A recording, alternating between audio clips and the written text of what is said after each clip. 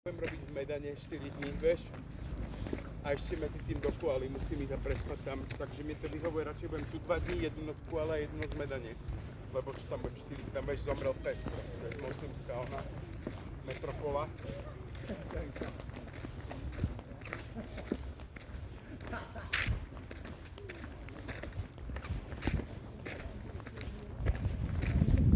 Kokos, jak keby ti fénom dávali do huby, že? Normálny fén.